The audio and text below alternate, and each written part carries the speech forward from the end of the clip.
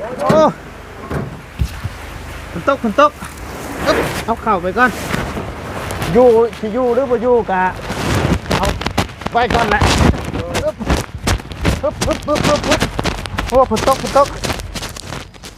เอาคือสิได้หลายมือเติบอยู่ดอกเนาะอันนี้กะปลากระป๋อง2 แพ็คปลากระป๋อง2 แพ็คเอาให้เพิ่นยกเบิ่งพี่น้องกันตีนด่าตีนด่าตัวมันฮึบนี่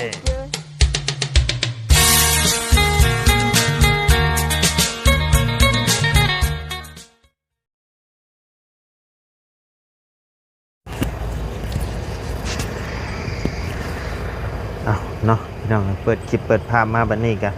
พบเจอกันอยู่ที่บ้านสาวเพชรเพิ่นเนาะพี่น้องเลยเข้ามาเยี่ยมยามถามไทยทั้งสาวเพชรเพิ่นอีกรอบก่อนเนาะพี่น้องเลยพอดีมีทั้งเอื้อยฮักของมาลัยเนาะเพิ่นได้ฝากเงินมาให้ทั้งมาลัยซื้อข้าวให้ทั้งสาวเพชรเพิ่นเนาะเป็นเอื้อยคำแพงหลวงพระไสยจักรเนาะเพิ่นก็เป็นคนลาวนั่นแหละพี่น้องเลยแต่ว่าทั้งเอื้อยเพิ่นก็ไปอยู่ในต่างประเทศกับลายผ้าหลายปีแล้วเนาะพี่น้องเลยมันก็ได้ผ่าเงินมาเอื้อยที่ว่าซื้อ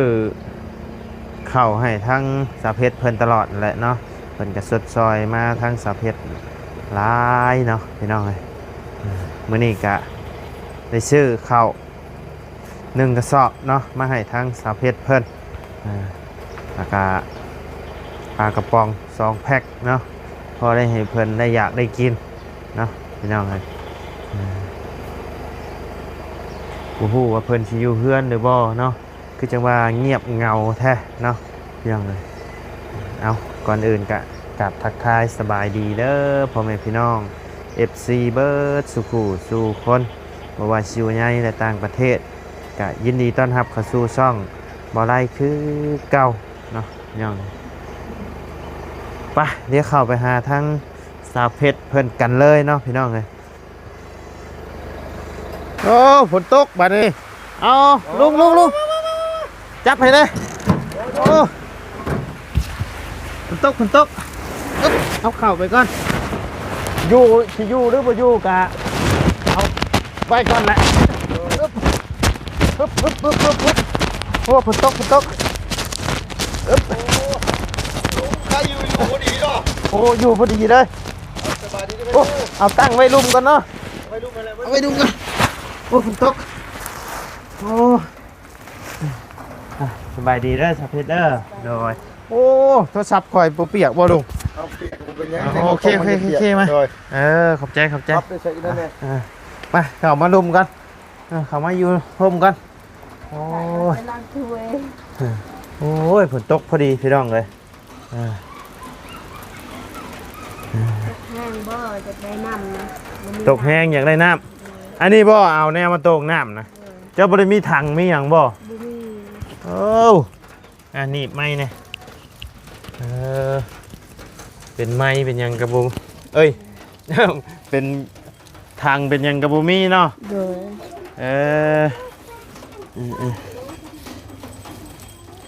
เอาเนาะซื้อข้าวมาให้อีก1 กระสอบเด้อใช่นี่ตังนั่งบ่ตังมานั่งเด้อ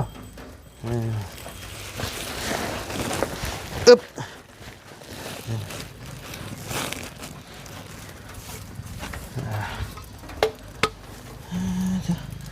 นั่งอยู่พุ่นละแจนั่นแหละเดี๋ยวตั้งกล้องก่อน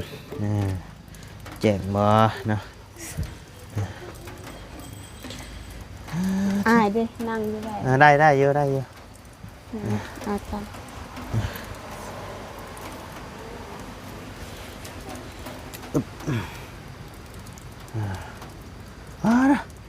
ผลนี่ก็เฮ็ดไล่อะไรนี่เนาะบัดยกเข้ามาแล้วเพราะว่าเสาตกฝนแห้งดิเด้อ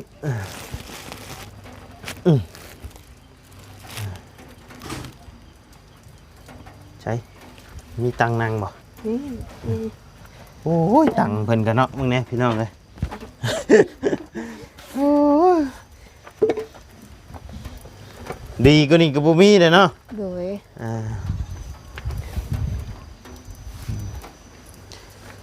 เบิดแล้วบ่เข้าชื่อมามื้อน่ะ เบิดแล้ว เบิดแล้ว โดย โอ้กินเก่งอยู่ตัวนี่ซะเนาะ ยืมข้าวเวียดมา ยืมข้าวเวียดอีก โดย ยืมจักสอบแหละ ชอบนึ่ง สอบหนึง โดย อืม แล้วก็แล้วซักให้ อ่า แล้วพอดีมืดเข้าเลย ได้ซักให้แล้วพอดีเบิดเข้าเลย โดย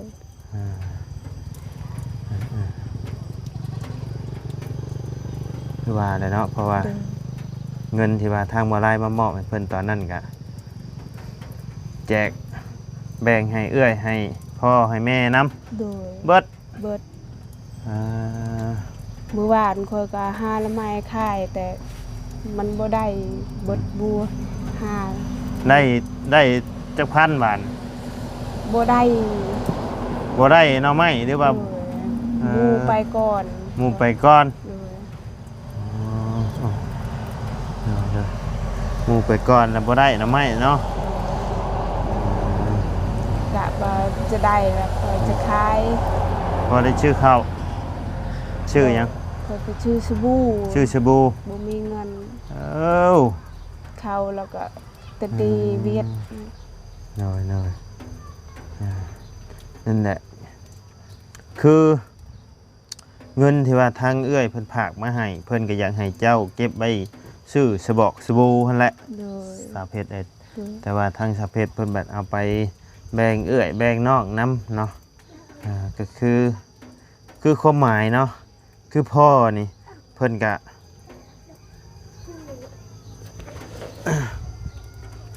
เขาก็ยังต้องได้แบ่งพ่ออีกโอ้ยไปไอขนาดเฮ็ดชวนเจ้าของก็ได้จ้างอีกบ่ บ่ได้จ้าง บ่อันที่ว่าเจ้าจ้างพ่อเจ้าฉีดยานะ เขาจ้าง เอ้าบัดกินข้าวคือมากินน้ำกันใช่ ให้เรากิน บัดเฮ็ดคือจ้างใช่ เราบ่ได้ต้นละคอยก็ได้คอยต้นลาว เออเพิ่นบ่อีตนเจ้าอีตนเพิ่นเฮ็ดหยังน่ะ ต้นพอบ่แม่นพอแท้ๆก็คือพอแท้ อืม ๆเอาบุญ บ่คันสมมุติว่าเงินเพิ่นฝากมาให้เจ้าก็เก็บใบแฮ่ตนแฮ่โตเจ้าแน่เด้อ อันนี้เจ้าให้ไปเบิดแหละยามอยากชื่อสบอกสบู่กะมันกับบ่มีนะนี่แหละแบ่งให้อ้ายให้เอื้อยให้พ่อให้แม่บัดเงินมื้อนั้นเหลือเท่าไหร่เนาะมื้อน่ะ เบิดแล้ว บ่อันที่คอยเอามาให้มอบให้มื้อนั้นเท่าไหร่ 600,000 600,000เนาะ เออ มามอบให้เพิ่น600,000พี่น้องเอ้ยเบิ่งเด็กได้เห็นอยู่บ่มอบให้เพิ่น600,000ยันกล่องมันเด็กพี่น้อง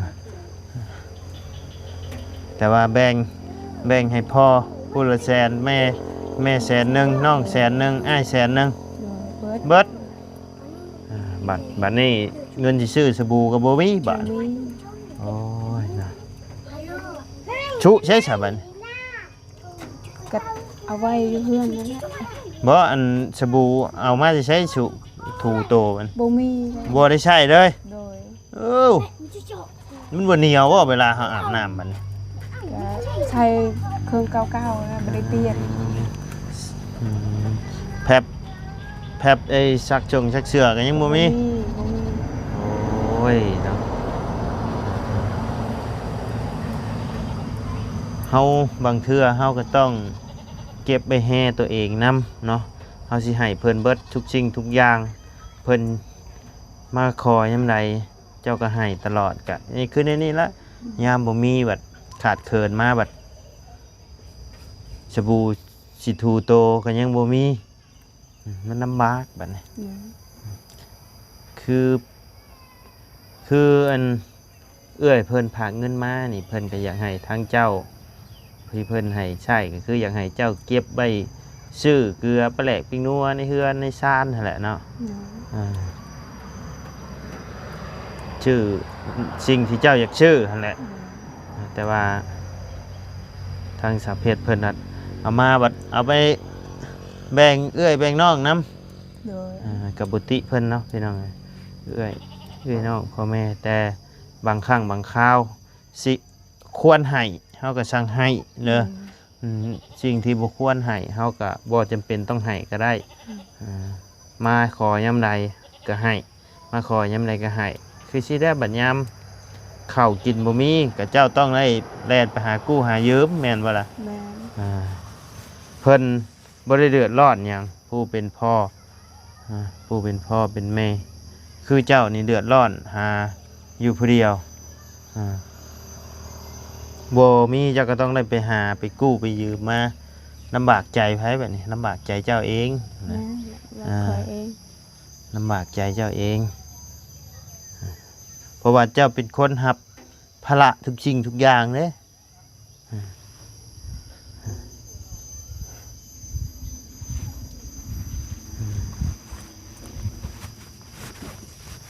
คือในนี่แล้วมันบ่มีมายามบ่มีกับบ่มีดีได้พี่น้อง เดี๋ยวนี้ก็บ่มีหาละไม้ก็บ่มีขายคันได้แล้วคอยจะขายก็บ่มี ขายชื่อสบู่เนาะ โดย สบู่แพ็บโอ้ยผลนี่ก็เฮ็ดให้ข่อยอันแล่นยกเข่าแล่นเลยกินนี่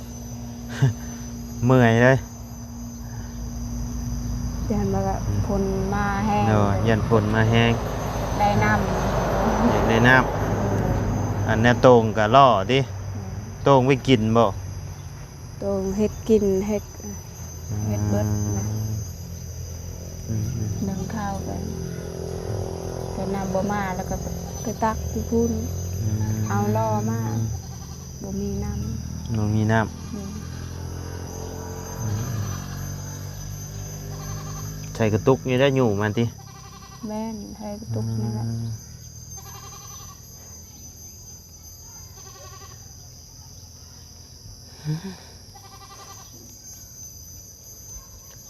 ทั้งแม่เจ้าเพิ่นไปใช้สมัน แม่คอยไปให้ ไปให้ น้องคอยผู้หนึงเอาไปรับจ้าง ไปรับจ้าง โดย ไปหากินพอได้ไปหาเงินพอได้ใช้เนาะ โดย กลุ่มปากกลุ่มท้องเจ้าของนั่นแหละพี่น้องเลยพอสิได้ซื้อข้าวซื้อน้ำเนาะ โดย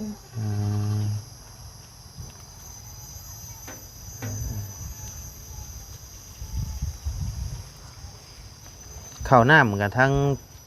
พ่อทั้งแม่เจ้ากับมาเอาอยู่นี่ตลอดเนาะ แม่นเอา กิน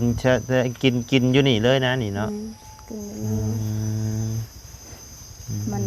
นอนต่างกันแล้วก็กินเลยอยู่นี่ แต่นอนคนละหมอง มันแยกกันนอน แม่คอยพ่อคอยก็นอนอยู่พุ่นคอยนอนอยู่นี่ พ่อกับแม่นอนอยู่พุ่น โดยแล้วก็เวลาเข้าก็กินอยู่นี่ เข้ากับมาหนึ่งอยู่นี่บ่ บ่มีอยู่ มาแบ่งเอาไปพุ่น เรามาจกเอาอยู่นี่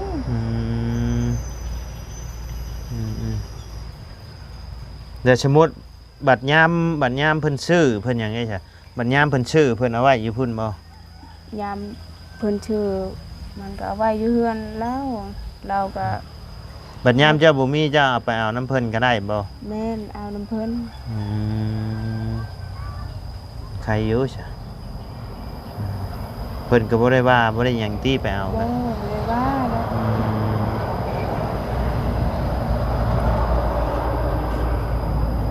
ก็เบียกงานก็ยังบ่มีเฮ็ดเนาะ บ่มี พยายามหาเบียกงานเฮ็ดนำหั่นแหละมันสิได้มีเงินมีคำติดโตแน่เนาะคันเฮาบ่ดิ้นรนหาไปแฮงเฮาก็สิอยู่แต่หม่องเก่านี่แหละมันก็สิอยู่หม่องเก่าจุดเดิมวนไปวนมาอยู่นี่แหละ ต้อง นี่แหละเขาก็มีแต่อยู่ในบ้องเก่านี่แหละเงินก็บ่มีจะสิไปใช้คันมีเงินใครแน่ คัน หางานไปหา แม่นคัน ไป ก่อนสิมีเงินเฮาก็ต้องขยันเฮ็ดงานหางานก่อนจึงมีเนาะคันเฮาอยู่ในนี่เฮาบ่หาก็บ่มีคือเก่า บ่มี อืม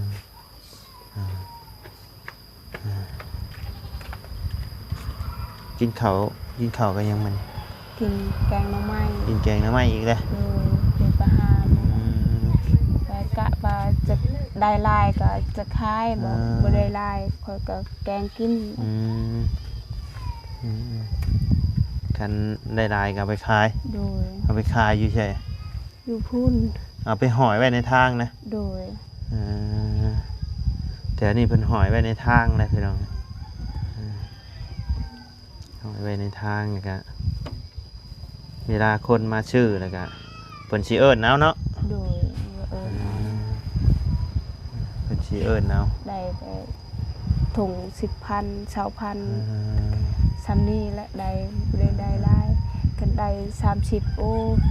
ดีแฮงแล้ว ขายทงเท่าไรบัด 10,000 10,000 10,000 20,000 โดย ได้มื้อหนึงจักถุงบัด ได้ละกะละ2ถุง ช่องทุงก็ บ่ได้หลาย ช่องทุงก็คำสมมุติว่าถุงเช้าก็ได้ 40,000 โดย โอ้คือว่าแล้วชั่วมือนี่น้ำไม้ก็เริ่มออกลายเดี๋ยวเนาะแห้งถึกลงไปเรื่อยๆแล้วจากถุงเช้าก็สิเดือถุง10แบบนี้เนาะ ก็ตื่นช่วยแล้วก็หมู่ไปหาก่อนแล้วก็หมู่ได้นะ โยตื่นแต่เช้าเอาหั่นแหล้วบัดนี้ไปก่อนหมู่รถหมู่ตื่น5 โมงจะตื่น4 โมงบัดนี้ แม่น มันจังทัน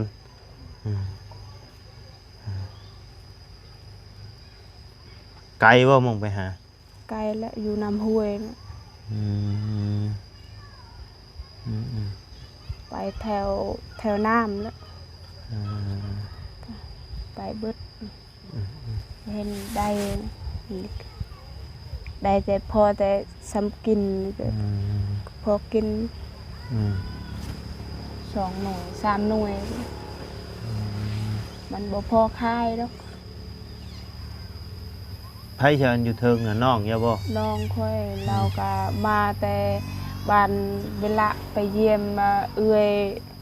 น้องค่อยนี่เป็นไข้ เป็นไข้ ดูอยู่เมืองเวลา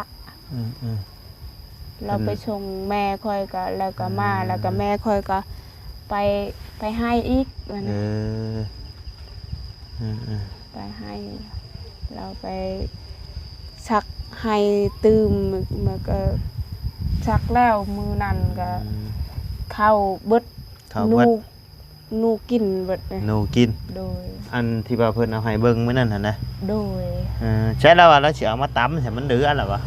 มันเลื่อน่ะ เวลาสุดท้ายก็บ่พอ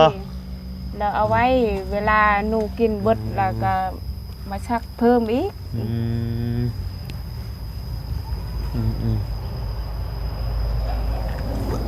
เด้งออกแล้วจักนะ เราก็ไม่ได้กินเลยเขามาแต่เมื่อละนี่ก็เมื่อแต่เมืองเวลาก็ไปให้ต่ออีกคอยก็ไปแล้วบ้านคอยไปคอยก็บอกแม่ว่าเบิดให้เบิดนูกินเบิดนะแล้วก็ไปให้อีกเราก็ไม่ได้อยู่เลยเฮือน กินข้าวกับแกงหน่อไม้ ดู มื้อนี้กะ กินแกงหน่อไม้เขาก็ ตอนเช้าก็แกงหน่อไม้ตอนแรกก็แกงหน่อไม้ ด้วยหน้าตา บ่เบื่อบ่ มันบ่ได้เบื่อดอกบ่มีเงินน่ะ กินไปนี่แหละเนาะ ด้วยอยา กินไป เด้อ ตามบ่มีนี่แหละพี่น้องเอ้ยหน่อไม้ก็แซ่บอยู่คันว่าแบบว่านานๆกินทีก็เนาะกินคู่มื้อคู่เว้นนี่ก็โย คันเว้าไปก็บ่แซ่บดอกก็กินตลอดคู่มือคันได้เงินก็ซื้อปลาซื้อชีนซื้อหยังก็ซื้อนั้นนะไหนบ่มีน่ะมีแต่ ค่อย กิน ชื่อว่าตอนนั้นค่อยชื่อไข่มาให้จะนำบ่ เอ้ยบดแล้ว เบิดแล้วบ่ โดย อ่า มีก็บดแล้ว มีก็เบิดละ โดยกินละลายเนาะน้องคอยกิน แล้วก็ไปเวียกไปหยังก็เรากินก้อนจังไปนะ โอ้ก็แนวแล้วเนาะ อืม กินก่อนแล้วจังไปพี่น้องอะ ไป กองทัพต้องเดินด้วยท้องนะ เอาก็ซองหน่วยแล้วก็เอา3หน่วย อืม มาต้ม ต้มกินไปเนาะ ไป อืม เบิดแล้วก็ คือเฮือนเจ้านี่บ่ได้เลี้ยงไก่เลี้ยงหยังบ่ บ่มี บ่มี นะ แบกคอชื่อในเฮือนในชานเพิ่นมาเลี้ยงบ่พอได้กินไข่กินหยังมันนี่ คันมีก็อยากเลี้ยงบ่มี อยากเลี้ยงอยู่บ่ อยากเลี้ยงนะคันมีนะบ่มีดอก เอาซะเดี๋ยวถ่าแป๊บหนึง โดย เดี๋ยวอันสิไปเอาปลากระป๋องมาให้ก่อนพี่น้องบ่ไล่ชื่อปลากระป๋องมาให้เพิ่นนำ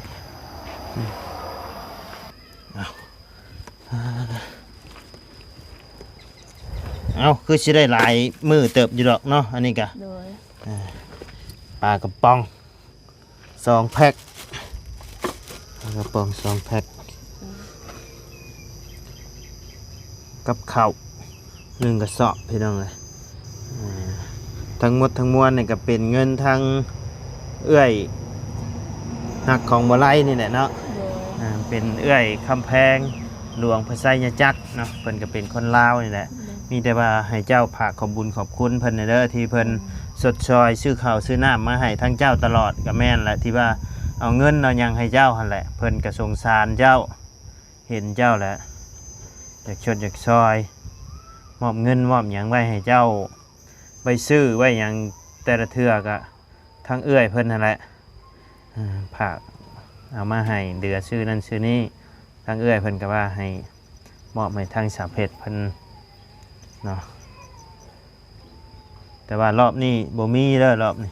มีแต่แนวอยู่แนวกินกับข้าวเนาะมีแต่ว่าอยากให้เจ้าฝากขอบคุญขอบคุณ สำ นะ ลี เด้อ แล้วก็พอกินแล้ว โอ้ย เขาก็ดีใจแล้ว เอามีแต่ว่าขอบคุญขอบคุณทั้งเอื้อยคำแพงเพิ่นน่ะเด้อ โด เอื้อย ยคำแพงดวงพระไสยจักรเด้อเอาขอบคุญขอบคุณเพิ่นนะ ขอบคุณเด้อเอื้อยดวงพระจักร เอื้อยคำแพงดวงพระไสยจักร เอื้อยดวงคำแพง เอื้อยคำแพง เอื้อยคำแพง ดวงพระไสยจักร ดวงพระชัยนะจักร อ่า ขอบใจเด้อให้คอยเข้าให้คอยเงิน แต่ละมือนี่คอยกินแต่เจ้าขอบคุณเด้อ ถ้าถูกเนาะบัตรนี่บ่อวยพรนะโอ้ โอ้ โหโอ้ยเนาะ โหเบา เบ้าเก่งๆอวยพรให้เพิ่นเก่งๆเด้อบัดนี้เด้อ อย่าเบา ฝึกเว้าหั่นละเวลาผู้ใหญ่เพิ่นเอาพวกเอาของให้เฮาก็ขอบคุญขอบคุณเพิ่นอวยพรเพิ่นเด้อ โดย เอามีแต่ว่าทางบ่ไรกะในนามตั้งหน้าที่เป็นสะพานบุญให้ทั้งเอื้อยมาโดยตลอดกะต้องขอบบุญขอบคุณนบมือขึ้นขอบบุญขอบคุณทั้งเอื้อยคำแพงหลวงพระไสยจักรได้เด้อเนาะที่ไว้วางใจให้ทั้งน้องเป็นสะพานบุญให้ก็ขอให้เอื้อยอยู่ดีมีแห้งความเจ็บบ่ให้ได้ความไข่บ่ให้มีเด้อเนาะปรารถนาสิ่งใดก็ขอให้ได้สมความมุ่งมา่ดังปรารถนาเพราะว่าเชียธุรกิจการงานอย่างก็ขอให้เฮงๆปังๆดำๆรวยๆตลอดปีและตลอดไปเด้อเนาะและที่สำคัญคือขอให้สุขภาพร่างกายพร้อมครอบพร้อมครัวอายุมันขอนยืนเด้อเนาะสาธุเอาโอเคซะเนาะทั้งข่อยก็สิได้ออกไปปะเด้อบัดนี้เด้อมื้อหน้ามื้อในสิเข้ามาเยี่ยมมายามใหม่คือข่อยเว้าหั่นแหละสิ่งใดที่เฮาควรให้เพิ่นก็จังให้เด้อสิ่งใดที่เฮาบ่ควรให้เฮาก็บ่จำเป็นต้องให้ก็ได้จำเป็นจังให้บ่จำเป็นก็บ่ต้องให้คือเงินคือคำก็เนาะเพิ่นเป็นพ่อเพิ่นก็สิว่าจังได๋เนาะเพิ่นเป็นพ่อก็มาขอแต่นำลูกตลอดกับมันก็คือว่าสิเกินโพดนะเนาะเป็นพ่อคืออ้ายเจ้าเพิ่นก็มีครบ32เนาะเพิ่นก็ใหญ่แหละให้เพิ่นหาบ่ว่าเพิ่นผู้เดียวหาก็สิหาเลี้ยงเจ้าของสิบ่กุ้ม โดย การเพิ่นขอก็ สั้นเพิ่นเอาไปแนวจำเป็นก็จังให้เด้ออ่าเป็นเงินคำนั่นแหละเดี๋ยวนี้ได้บ่มีสบู่ก็จำเป็นต้องอยู่บัด โดยต้องอยู่ละ โดย จาก เอ้า บัวหยังก็บ่มีก็ต้องอยู่ แมนเอาโอเคสำหรับพ่อแม่พี่น้องสำหรับคลิปนี้ทางวาไลก็จะได้ขอจบคลิปลงไปเพียงสำนี้ก่อนเด้อพี่น้องเด้อขอบบุญขอบคุณพ่อแม่พี่น้องและ FC เบิร์ดสุขุสุคนเนาะที่เข้ามาติดตามและรับชมถ้าบ่ไล่เว้าอีหยังบ่ถึกบ่ต้องบ่จบบ่งามก็ต้องขอโทษขออภัยทำพ่อแม่พี่น้องและ FC เบิร์ดสุขุสุคนเด้อเนาะสำหรับคลิปนี้บ่าวไล่สาเพชรลำลาเด้อพี่น้องเด้อสำบายดีเด้อเนาะไปพี่น้องเลยอันน้องจะยกได้บ่ข่าวสารนี่เอิ้นจะน้องจะลงมายกดู เด้อ อ่า ได้ ลงมายกข่าวสารขึ้นดู แม่ไอ้เดาย กได้บ่มายกเอาเข่าขึ้นเฮือนดู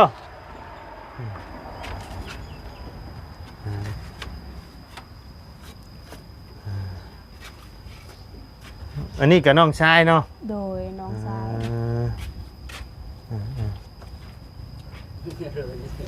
เลย มาเข่ามายกนี่เอาสบายดีเด้อเลย แบกได้บ่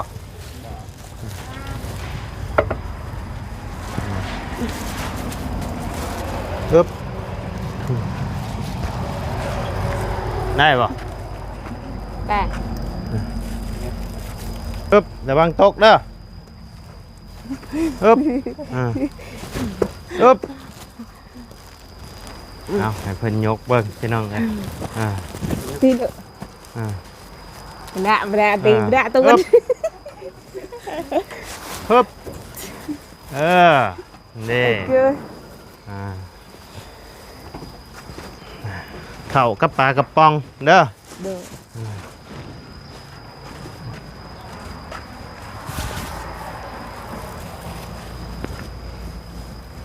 เอาโอเคเนาะพี่น้องพบเจอกันในคลิปหน้าไปสำหรับคลิปนี้ไปแล้ว